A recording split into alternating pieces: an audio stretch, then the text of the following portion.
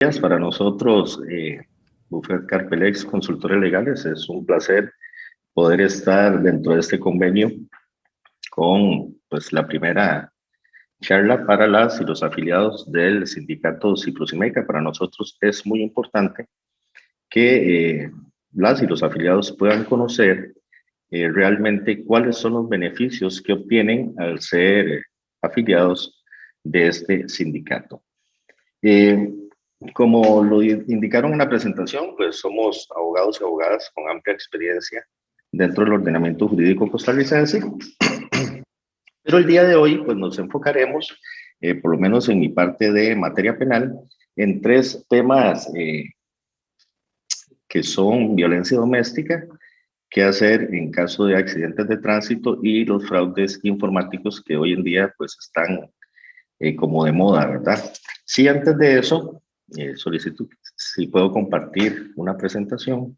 Bueno, como lo decía el compañero que me antecedió, pues somos ex jueces de la República, ex fiscales. Tenemos acá también ex defensores públicos y litigantes con más de 20 años de experiencia, eh, más que todo en materia penal, pero también tenemos, bueno, la licenciada Alexandra, que ahora va a estar con ustedes en materia familia, laboral, y tenemos otros abogados que nos colaboran, no en planta física, pero sí que son parte del grupo en todo el país, pero en ramas como contencioso administrativo, civil, marítimo terrestre, agrario y todas las ramas del derecho. Tal vez si podemos pasar a la siguiente, por favor. Bueno, ahí ya hablamos de la amplia experiencia, la larga trayectoria que tenemos y también, pues, eh, la respuesta inmediata que siempre le damos a las y los afiliados que nos han llamado. Les cuento que nosotros estamos trabajando con el sindicato desde el 19 de diciembre del año 2020 y han sido 200 las llamadas y mensajes también de afiliadas y afiliados del sindicato para cualquier tipo de consulta. Nuestro convenio permite que un afiliado o una afiliada pueda llamar las veces que quiera para consultar desde, por ejemplo, un médico una vez nos llamó un domingo como a las 10 de la noche porque iba a alquilar un apartamento para que le revisáramos el contrato, ¿verdad? Ahí vimos algunas cláusulas que podrían tener problema para él y le dijimos, vea, ponga atención en esto, cambie esto, hable con el que le va a alquilar, porque eso no puede ser así. Otros de violencia doméstica, incluso algunas personas sobre algunos delitos que se le están investigando en el Ministerio Público, donde los hemos acompañado en las audiencias y luego, pues, gracias a nuestro trabajo, hemos evidenciado ante jueces y jueces que, pues, no era responsabilidad de esta persona, sino de otras personas, incluso familiares. Entonces, es muy importante tener y saber que se tiene esta herramienta a mano y que la podemos, pues, utilizar en el momento que queramos. Igualmente, debemos recordarle que no solo beneficia a las y los afiliados directos, sino también a sus familiares, ¿verdad? Esto es muy importante porque tenemos cobertura para todo el núcleo familiar. Parte de nuestro equipo de trabajo, pues, mi persona y el licenciado Luis Cubillo, que somos los abogados cofundadores de o los socios cofundadores de este buffet, y tenemos la licenciada Alexandra Barca Morales, que va a estar con ustedes más adelante, quien es abogada penalista, pero también en familia y es notaria también, y en materia laboral, el licenciado Marlon Arias, quien es abogado penalista con más de 7 años ejerciendo como fiscal del Ministerio Público. Él renunció aproximadamente hace 2 meses y tuvo también 15 años de experiencia como oficial del organismo de investigación judicial. Licenciado Francisco Salas, que va a estar con ustedes también más adelante, quien es abogado notario y también en materia civil, es experto en estas áreas, y los licenciados Guillermo Morales y Ricardo Ulloa Ramírez, quienes son abogados penalistas, con más de 20 años dentro de la función pública de experiencia como defensores públicos del Poder Judicial. Los mismos también pues renunciaron el año pasado y están con nosotros. Y estos son los temas de la conferencia que vamos a tener el día de hoy. Eh, a mí me tocaría pues la parte del derecho penal, toda vez que soy especialista en esa rama del derecho, pero no en las demás, ¿verdad? Como siempre yo lo digo a los usuarios y a los clientes que nos visitan, es igual que ir a un médico, ¿verdad? Si una persona considera o tiene eh, esa sensación o le han dicho que puede tener cáncer, pues visita a un médico oncólogo y no visita a un médico general, ¿verdad? Igual que si tiene algún problema en sus dientes, pues visitará a un odontólogo y no a un fisioterapeuta, por ejemplo, ¿verdad? En derecho penal pasa exactamente lo mismo y en todas las ramas del derecho. Si ustedes tienen alguna situación legal y si es materia penal, pues deberían contratar y asesorarse por abogados penalistas. Porque nosotros dentro de la función pública, pues pudimos ver, en mi caso como juez, en muchas ocasiones, personas que tenían la verdad sobre el asunto que se estaba discutiendo, sobre la investigación, sin embargo, perdían el caso por mal asesoramiento de sus abogados y abogadas. Y entonces llegaban abogados y abogadas a las audiencias y uno de primera entrada, pues sabía que estaba ante un abogado que no tenía ningún tipo de conocimiento sobre materia penal. Y claramente, pues era la parte vencida al final del proceso, con todos los perjuicios que trae, no para él, ¿verdad? Porque él incluso, pues me imagino que cobró, que cobraban, pero sino para el ofendido o para incluso el imputado. Nosotros tenemos una página web que ustedes los invito a que puedan visitar, es www.carpelex.net. Ustedes pueden agendar una cita, donde de manera inmediata en nuestra plataforma del calendario nos va a decir qué persona viene tal día y con qué abogado necesita también reunirse. Y esa fecha y esa cita queda totalmente apartada para él o la abogada que los vaya a recibir aquí en el buffet, que está situado, como lo dice aquí, en Zapote. Tenemos un amplio espacio, una sala de reuniones muy cómoda para poderlos entender de la mejor manera. Y pues ahí están nuestros teléfonos también para cualquier consulta, pero pues por supuesto ustedes saben que tienen dos números habilitados para llamarnos en cualquier momento. Y esos dos teléfonos pues los tenemos nosotros como un tipo de disponibilidad, donde una semana lo tiene uno de nosotros y otra semana se va pasando así, porque bueno, es un servicio 24/7, ¿verdad? Entonces es muy cansado también que una sola persona los tenga siempre. Igual, si ustedes llaman por una situación civil y contesto yo que soy abogado penalista, pues claramente le pasaré la llamada a otro compañero para que él pueda atenderlo como se debe. Y recordarles que nuestro convenio excluye temas relacionados con materia laboral, materia administrativa y malpraxis, siempre que tenga que ver con la Caja Costarricense del Seguro Social. Por supuesto, dentro de estos temas, ustedes van a ver un poquito de teoría, muy poquito, ¿verdad? Algunos ejemplos, pero al final yo voy a indicar qué es lo que deben hacer o cómo deben comportarse, a quién deben llamar para tener el menor perjuicio posible. Hablando de violencia doméstica, como lo pueden ver ahí, estas son las estadísticas más recientes de violencia doméstica en el Poder Judicial. Como pueden ver, del 1 de enero del 2010 al 31 de diciembre del 2019 fueron solicitadas un aproximado de 485.276 medidas de protección. Esto quiere decir que es un promedio de 133 medidas por día. Solo en el primer semestre del año 2020 ingresaron 26.013 casos a juzgados de violencia doméstica y esto, pues la fuente es el subproceso de estadística del Poder Judicial. Algunas otras estadísticas, podemos ver que San José, nuestra capital, es la que tiene mayor índice de este tipo de denuncias que, como ustedes lo van a ver más adelante, pues no son solo mujeres las que denuncian, sino que también denuncian hombres. Por supuesto, también como lo van a ver, la mayor cantidad de supuestos agresores, ¿verdad? Siempre en derecho debemos decir supuestos hasta que una sentencia firme indique lo contrario, son hombres, ¿verdad? Y como podemos ver, pues Heredia es la que tiene la menor cantidad de este tipo de denuncias. Eso es solo como para ubicarlos en un contexto de cómo está nuestro país. En la distribución absoluta y porcentual de la cantidad de medidas de protección según el sexo de las personas presuntas agresoras, así como de las víctimas en el periodo 2019, vemos que los presuntos agresores fueron hombres en un 79% y las mujeres un 21%.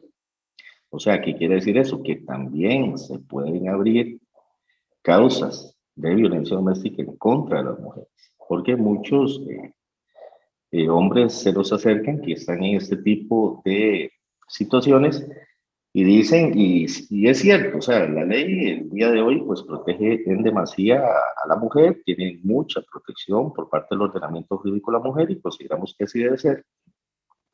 Pero en algunas ocasiones también consideramos los juristas que está desbalanceado, ¿verdad? La protección que se le da al hombre como el que se le da a la mujer, ¿verdad?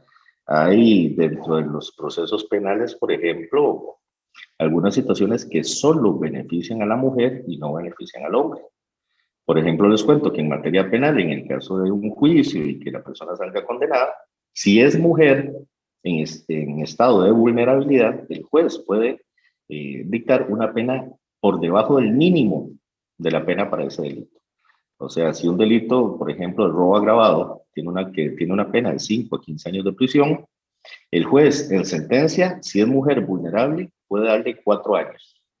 Puede bajar del mínimo, pero si es hombre no, ¿verdad? Entonces son situaciones que mi criterio es que deben variar, pero pues el momento no ha variado. Pero sí, como podemos ver, las mujeres son la mayoría, o la gran mayoría de las víctimas de casos de violencia doméstica.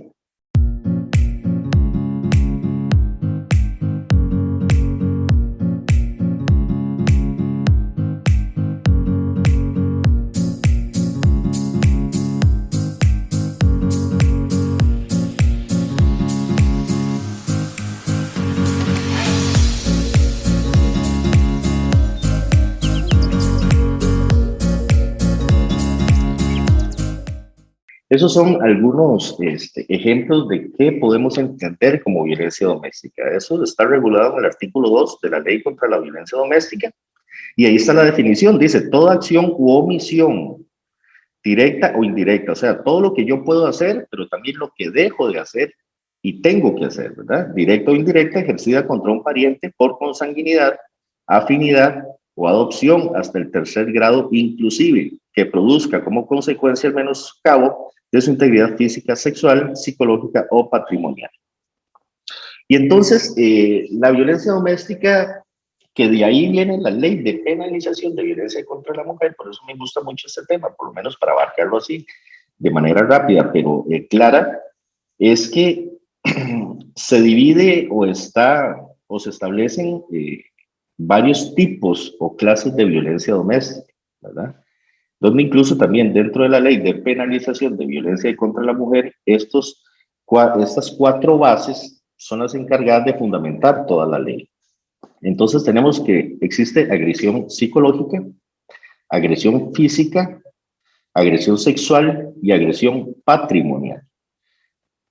Podemos pasar a la siguiente. Bien, cuando hablamos del parentesco, entonces este pequeño organigrama o esta pequeña figura es para que ustedes puedan entender hasta dónde pueden ustedes denunciar a una persona de su familia y hasta dónde no. Entonces vemos que los primos son 4º grado, entonces no se puede. A menos, claramente, de que estas personas vivan dentro de la misma vivienda. Entonces, si ustedes tienen familiares que viven dentro de la misma vivienda, pero tienen 4º, 5º, 6º grado de consanguinidad o por afinidad de parentesco, ustedes los podrían denunciar por violencia doméstica, pero si son, por ejemplo, tío abuelos que vemos ahí, sobrinos, nietos, primos, como lo dije ya, que viven en otra vivienda, no podrían denunciar por violencia doméstica. Por supuesto, podrían denunciar, y en ese orden a la madre o al padre, a los abuelos o a los bisabuelos. Para abajo, a los hijos e hijas, nietos y bisnietos. Y Para los lados, horizontalmente, a los hermanos, a los sobrinos y a los tíos, ¿verdad? Esas son las personas que ustedes podrían denunciar por violencia doméstica.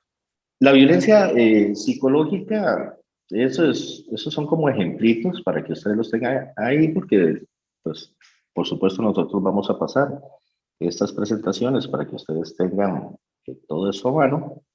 La violencia psicológica no son golpes, ¿verdad? Eso hay que tenerlo muy claro. Son malas palabras. Y aquí sí voy a meterme un poquito en la ley de violencia o ley de penalización de violencia en contra de la mujer, porque dentro del derecho, la norma especial está por encima de la norma general. Y entonces, si una acción delictiva se encuentra en el Código Penal, por ejemplo, pero en una ley especial también está descrita, se deja de lado el Código Penal y se acoge o se utiliza la ley especial. En este caso, la ley especial es la ley de penalización de violencia contra la mujer. Y entonces la violencia psicológica son malas palabras, palabras soeces, decirle tonta, vean, y es que esto es muy grave, ¿verdad? Decirle tonta a su pareja constituye un delito de prisión.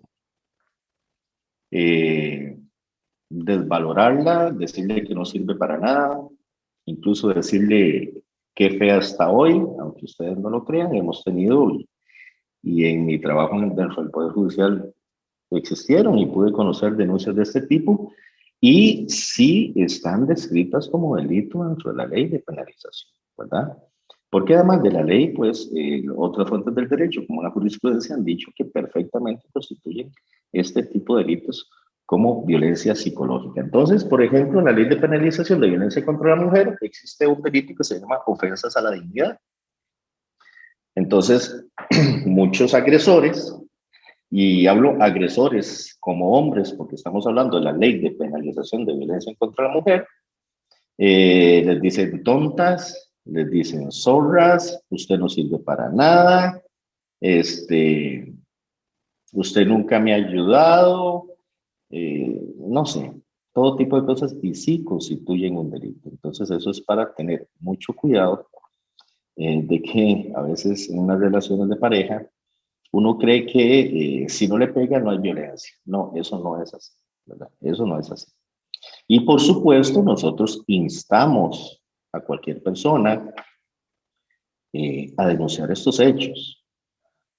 Porque miren, como abogado penalista puedo decir que dentro de la violencia doméstica y de la ley de penalización de violencia en contra de la mujer es tan fácil que un juez ordene la prisión preventiva en contra de una persona que lo que le falta en realidad a las mujeres agredidas es denunciar.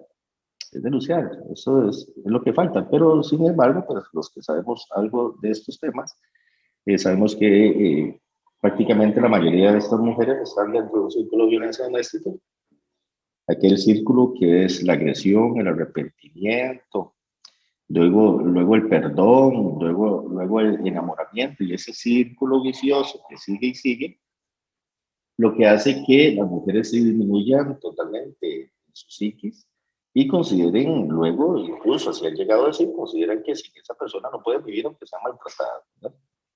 Pero es muy fácil para uno como abogado penalista poder ayudar y acompañar para una demanda, incluso para solicitar medidas cautelares. Que en este caso los jueces lo primero que hacen son medidas cautelares diferentes a la prisión preventiva, que también en violencia doméstica lo que hacen los jueces de violencia doméstica, por ejemplo, lo primero que hacen es salga de su casa, ¿verdad? Salga de su casa, llévese solo lo que usted necesita para trabajar. 99% de estas personas son hombres, ¿verdad? Que lo sacan de la casa. Donde también se dan injusticias, por supuesto, pero no acercarse, no molestar, no acercarse a menos de 1 kilómetro donde ella esté, donde trabaje, donde estudie, ¿verdad? Esas son medidas cautelares menos gravosas que la prisión preventiva, pero aún así son muy gravosas. ¿Por qué? Porque, por ejemplo, pues al padre de familia se le separa inmediatamente de sus hijos, ¿verdad? Como lo hemos visto nosotros nuestro diario vivir, sí es cierto que existen personas agresores y hay mujeres que están dentro de estos círculos y piden y claman por ayuda, pero también es cierto que muchas mujeres se aprovechan de la ley para denunciar a sus esposos, a sus parejas, por el simple hecho, y es lo más común que hemos visto, que es porque tienen otra pareja y quieren sacarlos de la casa. Sacan al marido de la casa y meten inmediatamente a otro hombre ahí. Por supuesto, los hombres han llegado a nosotros y no son agresores.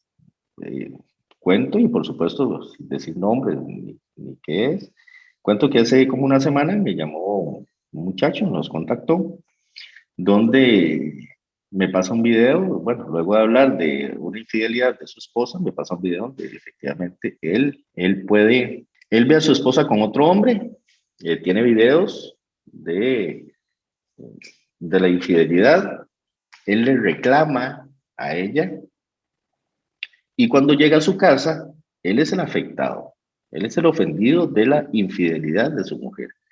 Cuando llega a la casa, llega la policía a notificarlo de que su esposa fue al juzgado de violencia doméstica a decir de que no la maltrataba y de que él siempre le gritaba. Y entonces me dice el licenciado, yo estoy desesperado. Y por supuesto que debe estar desesperado porque además tiene dos hijas. Lo bueno para él es que las hijas, una tiene 18 años y otra tiene aproximadamente 16 años y sabían que lo que estaba diciendo la madre y la esposa de este muchacho era mentira.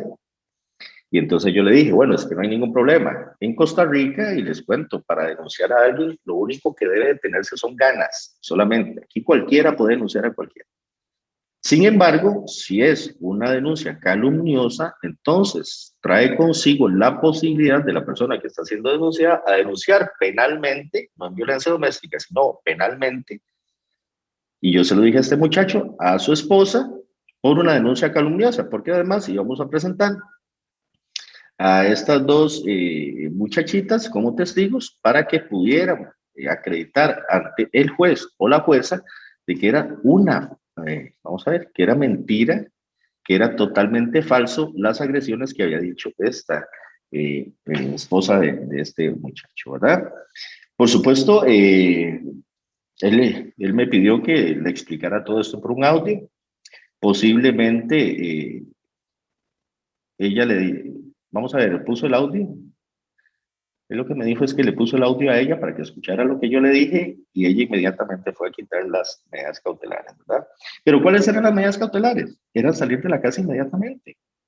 Y yo le dije a él, mira, en ese momento hay una orden de una jueza de violencia doméstica que tienes que salir, porque si te quedas, estás incumpliendo ya una medida. Entonces, si uno incumple una medida cautelar de violencia doméstica, se hace un testimonio de piezas. Eso quiere decir que se hace como un clon del expediente y se envía a la fiscalía para ya, que ahí ya es más serio el asunto, para que se confeccione una investigación por un delito de incumplimiento de una medida de protección, ¿verdad? Como les decía y repito, como puede ser una persona denunciada lunes a las 11 de la mañana cuando todo está abierto y hay posibilidades de todo, también puede ser denunciado y sacado de su casa un domingo a la 1 de la mañana. Bueno, ¿a quién llama en ese momento? ¿Verdad? Porque si la mujer, y digo mujer y deben entenderme que es porque es el mayor porcentaje de denunciantes, si la mujer presenta que también se le agredió, que también la trató mal de palabra, como les dije al principio, eso constituye un delito y posiblemente a la 1 de la mañana, un domingo, van a ser trasladados a la fiscalía de turno extraordinario y depende de lo que ella denuncia ahí, el fiscal puede pedir una prisión preventiva ante el juez de garantía. Ay, es que me decía uno, es que yo tengo un abogado que es el que me hace los traspasos. Y yo le decía, bueno, ¿y sabe de materia penal? Ah, no, no sé, pero ha sido mi abogado siempre. Bueno, entonces vaya con su abogado siempre, no hay ningún problema. La recomendación es que seamos nosotros, o sea, cualquier otro abogado, sea especialista en la rama del derecho que ustedes necesiten, ¿verdad? Por supuesto, si a mí alguien me dice, "Vea, necesito que me lleve un proceso laboral", yo, por responsabilidad, voy a decir que no, porque mi especialidad es derecho penal, ¿verdad? Que eso creo que es lo más importante a tener en cuenta cuando se llama o se busca a un abogado para cualquier asesoramiento.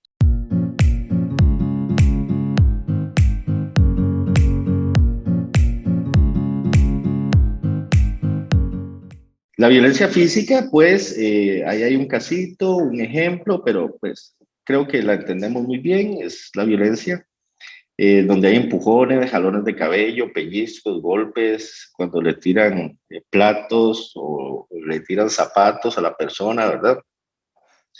Ya no estamos hablando de, mira, te voy a matar, sino te mato. Mira, te voy a golpear, sino que ya golpeo, ¿verdad? Esa es la violencia física que también se encuentra dentro tanto de la ley de violencia doméstica como de la ley de penalización de violencia en contra de la mujer. La violencia sexual, esto es muy importante también porque a veces las personas consideran que dentro de la pareja se puede permitir de todo y eso no es así, tan cierto, ¿verdad? Dentro de la pareja los dos tienen que tener un consentimiento de qué es lo que van a hacer hablando sexualmente, ¿verdad? Entonces, con solo que la esposa, y hemos visto casos, vean que les digo, hemos visto casos donde la esposa denuncia al esposo por violación, y entonces ustedes dirán, bueno, ¿cómo? Si es la esposa. Se supone que ellos tienen relaciones sexuales, ¿no? Claro que sí. Pero bueno, a la esposa un día estaba mal, pensemos que tenía dolor de cabeza, pensemos de que no se sentía bien, de que estaba triste y no quería tener relaciones sexuales y su esposo la obligó. Por ser su esposo no lo exime de responsabilidad de una violación calificada, que tiene una pena de 20 a 35 años de prisión. Y entonces piensen un momento, en caso de que esta esposa, pensando muy mal, ¿verdad? Que se enoje mucho por eso, con toda la razón, porque ella no quería tener relaciones sexuales y el esposo la obliga, que siga con su denuncia más adelante.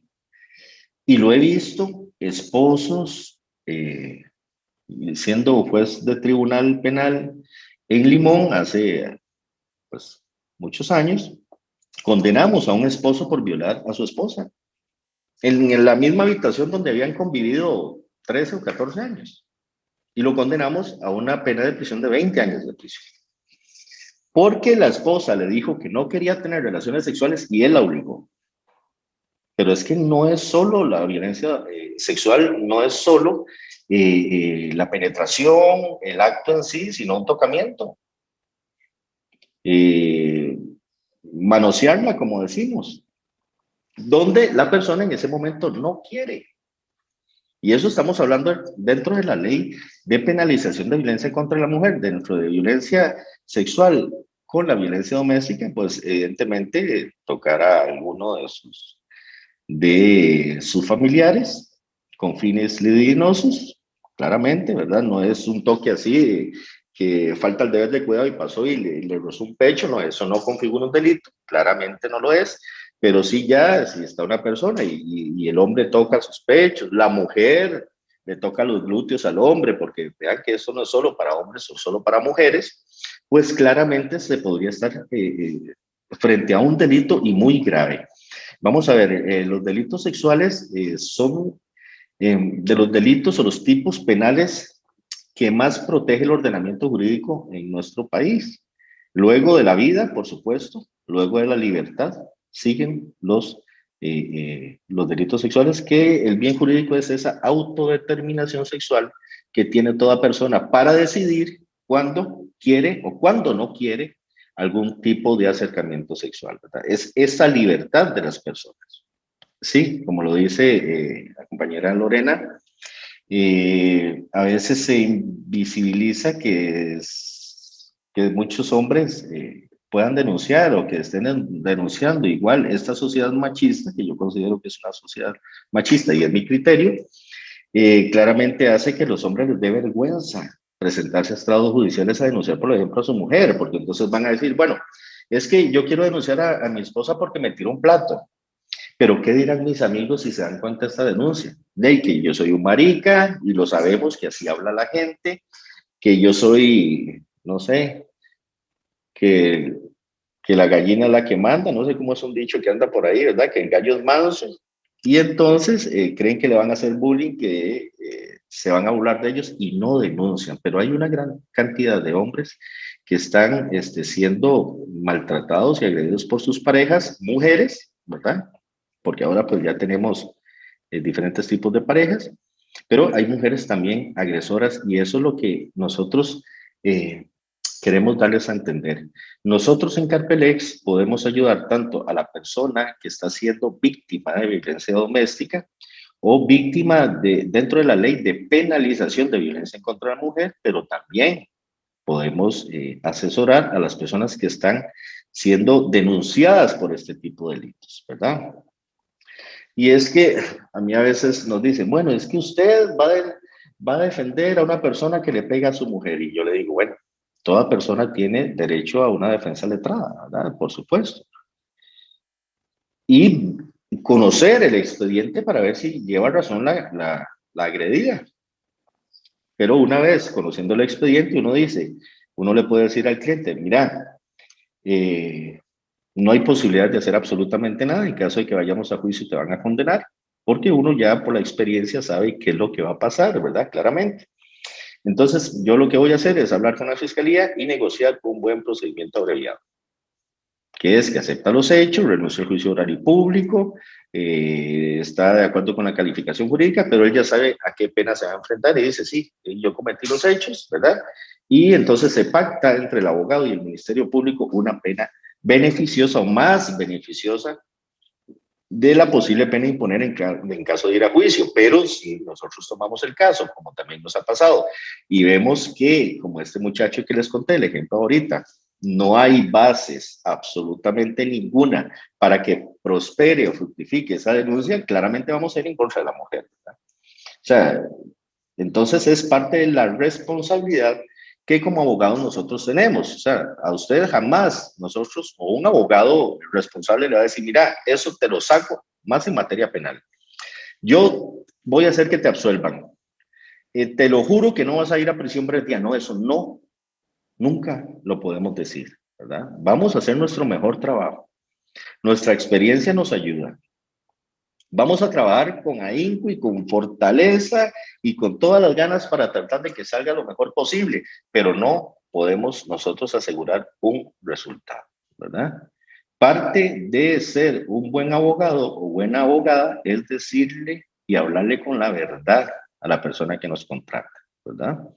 Donde usted esté totalmente claro, clara, de que vamos bien o que la situación está muy dura y vamos a tener que ir a un proceso abreviado o a una conciliación, que también dentro del procedimiento penal se puede conciliar y existe pues una audiencia que se llama audiencia preliminar o una audiencia temprana que uno puede pedirle o solicitarle al juez para reunirnos con la otra parte y llegar a un acuerdo, ¿verdad? Sea una reparación integral del daño, sea una plata que alguien le robó, alguien lo estafó. Bueno, yo lo que quiero es que resarcir mi daño con 200,000 colores. Bueno, la persona llega con los 200,000 colores ante el juez y el juez va a decir, bueno, llegamos a una conciliación, aquí se termina, ¿verdad?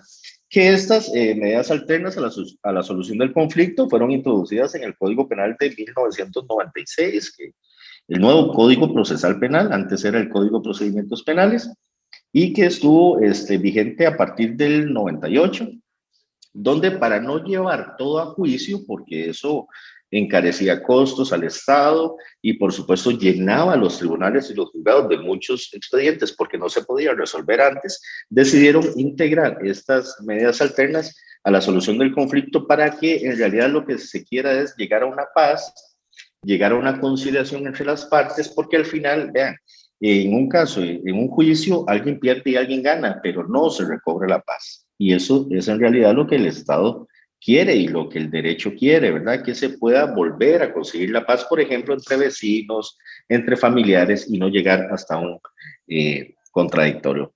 La violencia patrimonial es robarle cosas a la otra persona, quitarlas, destruírselas. Eh, Vamos a ver, usted toma el teléfono de su pareja y vean que no estoy hablando ni hombre ni mujeres, su pareja, y ve un mensaje que a usted no le gustó, con una amiguita que a usted, no sé, puede estar mal, o con un amigo que usted dice, eso me suena raro, ¿verdad? Y usted agarra el teléfono y lo tira al suelo. Eso es un delito que tiene pena de prisión, ¿verdad? Eso es un delito que tiene pena de prisión y a veces no pensamos en eso. A veces pensamos, como estamos dentro de la casa, como es mi esposa y tenemos 18 años, yo puedo hacer lo que me da la gana. No, señoras y señores, eso no es así, ¿verdad? Porque ¿quién quita que su esposa, su esposo en ese momento no quiera aguantar más de esos maltratos? No quiera aguantar más, perdón, esos maltratos. Claramente se presenta un estrado judicial y ustedes van a ser indagados por un delito de penalización, que este caso tiene una pena de 6 a 2 años de prisión. Y entonces vea el problema que se puede convertir, creer, ¿verdad? Que tengo derecho a hacer tal cosa, que tengo derecho a encerrar a mi esposa en el cuarto. No, no, es decir, jamás, ¿verdad? Que tengo derecho a jalarle el pelo, a tratarla mal, a tirarle el plato. Todo puede ser un delito. Entonces hay que tener mucho cuidado. Si ustedes creen o saben de alguien que esté pasando por este tipo de casos, pues tienen una línea con nosotros, tienen 2 líneas, como ya saben, y nos pueden llamar en cualquier momento y por supuesto tenemos secreto profesional, ¿verdad? Lo que ustedes nos cuenten a nosotros, no podemos ni siquiera decirlo acá dentro del buffet, y eso es con la mayor discreción, porque tal vez un asesoramiento, un consejo de qué hacer, de qué no hacer también, ¿verdad? Porque a veces hacemos cosas que más bien a nosotros nos perjudican. Bueno, el abogado le puede decir, no, no, no, no haga eso, no se presente allá. Vea, lo que hay que hacer es esto, esto y esto, porque si lo hubiera hecho, le pasa esto, ¿verdad? Ese tipo de asesoramiento es el que las personas necesitan, porque un mal paso en materia penal puede traer consecuencias catastróficas. Recuerden que en materia penal, yo ya no doy clases, di como 10 años clases de materia penal en universidades, y yo les decía, los penalistas dentro del Poder Judicial, ¿verdad? Que es donde hay más jueces y juezas, éramos considerados como que nos sentíamos dioses, ¿verdad? Que éramos los mejores jueces por encima de los de tránsito, los civil, laboral. Y entonces nosotros decíamos, bueno, no es que nos sintamos dioses, sino que es que la materia penal es la materia más odiosa del derecho. Y es la más odiosa porque la repercusión es una pena de prisión. Y no pensemos en penas, que son años, pensemos en una prisión preventiva.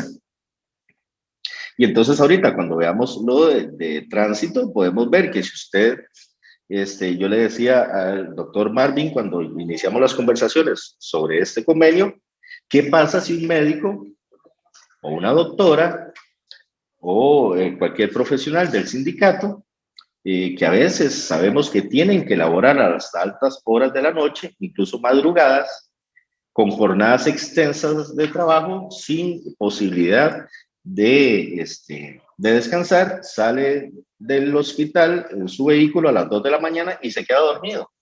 Y gracias a ese cansancio, atropella a una persona y la mata. ¿A quién llama ese médico o esa doctora a esas horas? ¿Con quién puede asesorarse? Porque ¿qué es lo que va a pasar? Que llega la policía, lo detienen, la fiscalía lo manda a pedir, lo meten en una celda, porque sí, los meten en una celda, y si al fiscal le da la gana, tiene 24 horas para resolver su situación jurídica, y entonces lo puede dejar ahí toda la noche en una celda que, bueno, yo espero que nadie haya tenido que pasar por eso, pero yo que trabajé mucho en eso, conocí todas las celdas casi de este país, es la cosa más horrible que puede haber. Y entonces, ustedes podrían,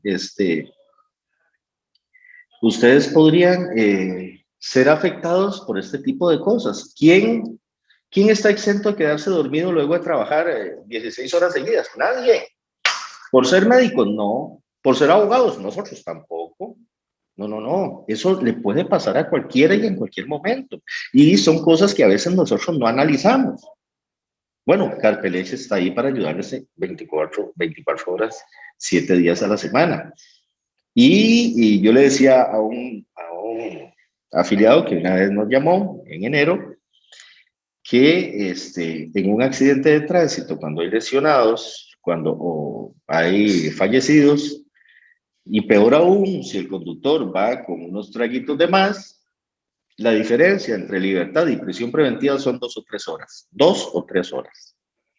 Porque si el fiscal que está en turno extraordinario, que está ahí 24 horas, o está toda la noche, toda la madrugada, que hay defensores públicos también, y al fiscal se le ocurre pedirle a un afiliado de Ciprosimeca, que está detenido con unos traguitos de más, que se quedó dormido y atropelló a alguien, mató a alguien, es que pueden ser cosas muy serias, pedirle prisión preventiva, y si el defensor no es muy capaz, ¿le podrían dictar prisión preventiva a ese médico, a esa médica? Por supuesto.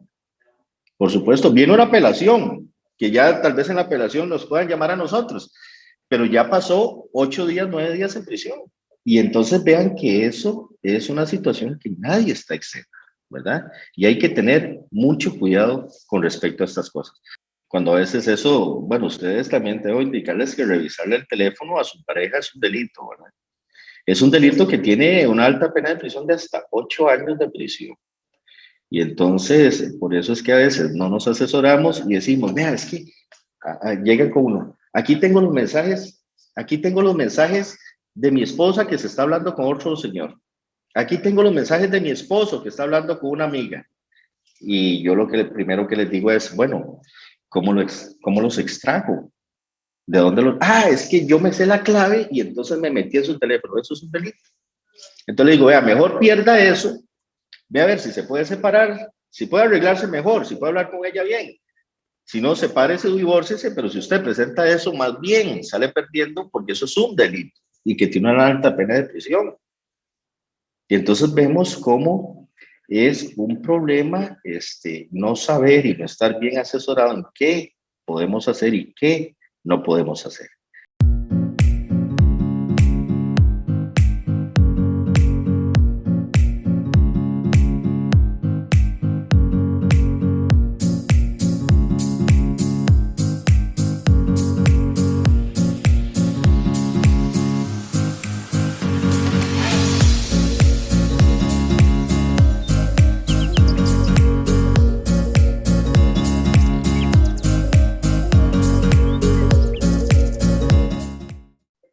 Esto ya, ese fue el tema de violencia doméstica y quería dar unos segundos para ver si alguien tiene alguna pregunta sobre este tema. Licenciado, aquí tenemos varias preguntas. Sí, claro. Lo primero que nos decían, tal vez ahorita también podemos abrir un espacio para que los que quieran hacer alguna pregunta levanten la mano y nosotros les damos la palabra. Pero un poco de lo que han escrito es que, en qué consiste el servicio de asesoría por parte de ustedes, digamos. Hay un primer contacto, ellos, los afiliados, los llaman y si se ocupa una representación, ¿qué es lo que procede después? Ok. Una representación legal. Bien, con respecto a esa pregunta, dentro del convenio se tiene que nosotros podemos recibir llamadas 24 horas, 7 días de la semana, sin costo alguno, las llamadas que ustedes necesiten. En caso de que ustedes tengan un evento, por ejemplo, que tengan que ir a una diligencia judicial y necesiten un abogado. Bueno, entonces ya nos ponemos de acuerdo los abogados con el afiliado para ver cuánto se cobra de honorarios. Pero lo que es, y eso sí hay que dejarlo muy claro, totalmente gratuito, es la información que nosotros por teléfono le podamos dar a cualquier hora del día y cualquier día. Ya después, nosotros no podemos decir que damos que bajamos los precios, porque eso incluso dentro del Colegio de Abogados no es permitido, ¿verdad? Pero, por ejemplo, en materia penal, que no existe una tabla y que prácticamente el abogado cobra lo que quiera, yo sí hablé con el doctor Marvin y con toda la junta directiva en pleno, cuando estuve reunido con ellos, de que, por supuesto, nos interesa mucho. En ese momento, pues nos interesaba firmar el convenio y ahora que estamos ya hace 2 meses y medio, nos interesa mucho seguir con este convenio porque creo que que ha sido bueno para las y los afiliados y también para nosotros. Y sí con tarifas pues no tan altas, se puede decir preferenciales, pero sí eso sería ya un acuerdo entre la persona que lo necesita uno en ese momento y el abogado. Por ejemplo, imaginen que ustedes tienen un accidente de tránsito, como les decía, con persona fallecida o lesionados, o que incluso ustedes son los lesionados, ¿verdad? Eh, no es que solo nosotros pensemos que ustedes van a ser los imputados, no, es que también pueden ser ofendidos. Y entonces usted va en su motocicleta, usted va en su vehículo, un bus se pasa un alto, usted quedó con lesiones, fue incapacitado 2 meses, 4 meses, tuvo que ser operado. Nosotros también nos encargamos de la querella y la acción civil resarcitoria para cobrar todos los daños que se le hayan causado, tanto materiales como físicos a las personas. Pero luego, como les decía, si tienen un evento, entonces uno le dice, bueno, necesita que nos presentemos allá. Sí, sí necesito que vengan. Bueno, se cobraría tanto por honorarios, ¿está de acuerdo? Sí, y nosotros pagamos. Pero ya el acuerdo de contratación de los honorarios del abogado se ve de manera particular para cada caso. Licenciado, aquí tenemos otra pregunta. Dice, ¿una madre puede denunciar el delito sexual contra su hija cuando era niña, pero lo descubrió cuando ya era mayor de edad? Y si la hija no quiere denunciar. Bien, sí, sí lo puede denunciar. Hace algunos años hubo una reforma procesal, no una reforma penal, sino un procesal penal, sobre la prescripción de este tipo de delitos. Y lo que dice es que la prescripción de los delitos sexuales en personas menores de edad eh, serán 10 años después de que esta persona cumpla los 18 años, ¿verdad? Entonces, es solo sacar las cuentas. La mamá podría denunciar, por supuesto, por representación de su hija, pero sí es muy importante la declaración de la chiquita. ¿Qué ha pasado? Y eso por experiencia dentro del tribunal. Nosotros tuvimos una vez en un tribunal un juicio contra un señor que violó a su hija, la embarazó, la hija tenía 14, 15 años, y entonces la hija de esta menor era hija de su papá, ¿verdad? Y nosotros tuvimos que absolver a este señor, y eso con el dictamen que si era hija, con el ADN y todo, porque la chiquita se abstuvo de declarar. Entonces, en Costa Rica, las únicas personas que pueden abstenerse de declarar son las que tienen hasta tercer grado de consanguinidad, un parentesco con la persona denunciada. Si en el caso de esta chiquita, la persona denunciada o que cometió el posible delito es su papá, ella podría denunciar, pero también podría abstenerse de denunciar. Y entonces ahí sí quedaría el Ministerio Público sin acervo probatorio total y necesario como para poder seguir con la causa, ¿verdad? Pero claramente, y ustedes los ven en las noticias, que salen a la luz delitos sexuales de hace 10, 12 años contra menores y todavía están vigentes precisamente por esa reforma a la norma procesal que dice que la prescripción sea 10 años después de que la persona menor cumple 18 años. Licenciado, también tenemos otra pregunta. Dice, ¿la violencia psicológica y verbal en los ámbitos laborales se denuncia mediante esta ley o la incluye las legislaciones de hostigamiento? Pregunto por si se dan situaciones entre funcionarios, no necesariamente entre jefes y subalternos. Sí, recordemos que al inicio indiqué que la ley de violencia doméstica protege al núcleo familiar, ¿verdad? Hasta tercer grado de consanguinidad en caso de que no vivan en la misma vivienda y más grados de consanguinidad si viven dentro de la misma vivienda. El asunto laboral es otro tema totalmente diferente que se puede, eh, que puede abarcar más bien la situación de acoso laboral, pero sí excluye o está fuera más bien de la ley de violencia doméstica. Otra pregunta acá en el chat privado. ¿En qué consiste el delito de maltrato? El delito de, el delito de maltrato puede consistir en cualquier cosa que la mujer diga que la maltrató. Vean qué serio es esto, ¿verdad? Maltrato puede ser decirle una mala palabra. Maltrato puede decir golpearla. Maltrato, maltrato puede significar me dijo estúpida. O maltrato puede significar me dijo tonto. Entonces, dentro de este tipo penal que está dentro de la ley de penalización de violencia contra mujeres, si no mal recuerdo es el artículo 42 de esta ley, entra cualquier situación que la mujer considere que se le maltrató. También nos preguntan acá, ¿una madre puede denunciar a su yerno por violencia contra su hija? Por supuesto que puede hacerlo. En este caso, ella tendría que ser testigo directa de las agresiones, porque en caso de que sea un testigo periférico, o sea, que no vio en el acto la agresión, sino que le contaron o su hija le contó, tendría entonces la necesidad también de que su hija denuncie para poder acreditar. Recuerden, como les dije hace algunos minutos, que en Costa Rica lo único que se necesita para denunciar a alguien son las ganas, ¿verdad? Bueno, pero es que eso hay que probarlo. Y entonces, si ustedes consideran que una persona está cometiendo un delito, bueno, ¿cómo se prueba? Por eso a veces cuando yo era juez y salía en los periódicos que uno dejaba libre a un homicida, le decían, no, es que esos jueces son corruptos, esos jueces no sirven para nada, están comprados, pero no es así, es que la ley es muy clara de que debe existir una prueba que fundamente la denuncia que se presenta, ¿verdad? Pero claramente sí puede denunciar a ese yerno. También dicen, ¿nos podría explicar sobre los famosos fajazos a los que algunos padres someten a los hijos?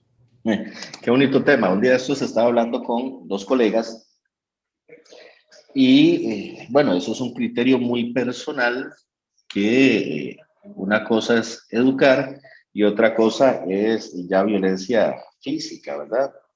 Yo comentaba que, bueno, de mi edad, yo tengo 45 años y entonces cuando yo era pequeñillo, y recordamos, tal vez los que anden por esas edades, de que por lo menos mi mamá era con un palo de escoba o con lo que tuviera en la mano, ¿verdad?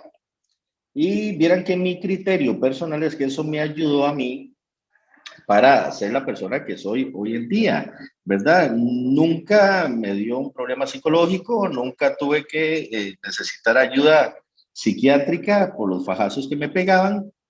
Y siendo fiscal, porque ese es mi criterio, llegaron un par de padres detenidos precisamente porque la mamá llamó a la policía gracias a que él le había pegado un fajazo a los hijos. Yo inmediatamente los dejé en libertad porque yo considero que eso no es delito. Sin embargo, no hay que, no hay que entender de que cualquier agresión en contra de un hijo, o sea, porque puede ser corrección o puede ser agresión. Ya si usted me dice, bueno, es que son 25 fajazos, ya es que es como un chilillo de mata de café, como antes, y le dejó toda la espalda reventada. Claramente eso ya no sería, ya eso sería una agresión clara y simple, ¿verdad? Y por supuesto, con una posible pena de prisión. He visto últimamente que, pues estas nociones de que no se le puede tocar a los hijos, de que ahora un hijo se tira en un supermercado haciendo berrinche y hay que sentarse a negociar con él, no. Yo me acuerdo que antes uno veía a un chiquito, se tiraba así y una nalgada, el papá o la mamá lo levantaba, ¿verdad? Y ahí se terminaba el problema. Pero entonces hay que tener el caso muy claro para saber si es represión por portarse mal o si una agresión. Pero un fajazo, según mi experiencia, eso jamás podría llegar a una condena en contra de una persona. Dice acá, en qué delito constituiría el revisar el celular sin el consentimiento de la pareja? Cerrame ahí, por favor. Eso es un delito de violación de las comunicaciones. Eso claramente está estipulado dentro de una ley especial. Entonces, vamos a ver, si yo le escribo, si Pepito le escribe a, no sé, a Luis, y alguien se entera o puede acceder a esa comunicación, ya está cometiendo un delito. Porque además, si la usa, si la propala, si la pasa a otras personas, también comete ese delito. Entonces, este tipo penal de, de violación al secreto de las comunicaciones tiene varios verbos. ¿Cómo acceder? O sea, con el solo hecho de que usted vea el teléfono, ya está cometiendo un delito. acceder, extraer esos mensajes, pasarlos a otra persona. Y incluso imagínense ustedes que esos mensajes no pueden ser tomados para un proceso de divorcio por adulterio. No pueden ser porque es prueba ilegal y dentro del proceso, bueno, dentro del derecho, se tiene que aquella teoría del fruto del árbol envenenado, la cual dice que si una prueba se obtiene de manera ilegal, será ilegal todo lo que siga luego de esa prueba. Y entonces claramente es un delito tipificado y con una alta pena de prisión. Pero eso sería el delito que perjudicaría. Bueno, luego tenemos unos comentarios a favor y, bueno, el tema de los bajazos siempre genera reacciones divididas. Siempre, siempre genera eso, claro. Sí. Después hay otro que dice, son los videos o audios pruebas para demostrar violencia tomados en cuenta o se tienen que someter a un análisis tecnológico para descartar manipulación de los mismos. Cualquier prueba puede ser utilizada por las personas ofendidas o imputados siempre y cuando sea conseguida de manera legal, ¿verdad? Una actividad en vía pública donde ustedes han visto que muchas personas graban a policías o graban a personas que se están agrediendo, eso sí serviría de prueba, pero como les dije hay que tener mucho cuidado y eso es en cada caso específico, analizar cómo se obtuvo esa prueba para ver si sirve y si es legal, más que todo, si es legal, claramente sí sirve como prueba para acreditar cualquier tipo de delincuencia. El licenciado dice, en el caso de las personas que publican pantallazos de una conversación, ¿sería delito? Eso es un delito, evidentemente. Les hablé de acceder, de extraer y de publicar a otros, por supuesto que es un delito. Vamos a ver, la persona, en las comunicaciones hay un emisor y un receptor. El receptor es el único que podría utilizar esa información para algo. Entonces, ustedes ven incluso en Facebook, que ya Facebook tiene que ya todos sabemos que lo que usted publica ahí es de dominio público, ¿verdad? Ese es el problema con Facebook. Eh, las cosas que publicamos ahí, el receptor podría utilizar eso. O sea, si una persona envía, vamos a ver, mensajes de índole sexual a una compañera de trabajo, claramente ella puede utilizar esa prueba en contra de él. ¿Por qué? Porque ella fue la persona a la cual se le dirigió esos mensajes, pero otra persona no podría utilizarlo, pero sí puede constituir prueba. Claro, hay que analizar cada caso en concreto. El licenciado dice también, revisar celulares a los hijos e hijas sí se puede considerar un delito. Puede considerar un delito en caso de que los hijos denuncien al papá. Y después, si los pantallazos se publican sin los nombres o números de teléfono, es decir, de manera que no se puedan identificar los participantes de la conversación. El asunto es que, bueno, si yo estoy en una conversación con un grupo y yo veo que se publica algo por el cual yo estuve ahí y aunque esté mi nombre tachado, esa persona podría denunciar a la persona que publicó eso. Por eso es que es tan importante tener claro de que mejor no hacerlo, ¿verdad? Mejor no jugarse, porque eso sí, ahora está muy penado, muy resguardado lo que tiene que ver con el acceso a las comunicaciones nuestras, ¿verdad? Tanto así como encontrar un correo. Entonces, si usted abre su computadora y ve que está el correo abierto de su esposa o de su esposo, ciérrelo. No busque lo que no se le ha perdido, porque además no le va a servir, ¿verdad? Y el solo hecho de que su pareja la encuentre o lo encuentre usted viendo el correo, eso constituye un delito. Y si ella en ese momento toma un video donde está su pareja viendo su correo, eso sí constituye prueba.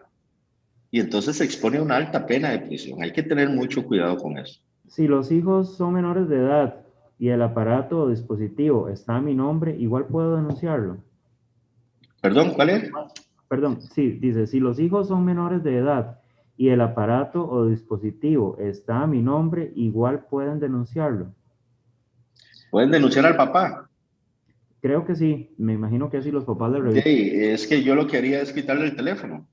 ¿Quién se lo dio? Ellos no se lo compraron, fui yo.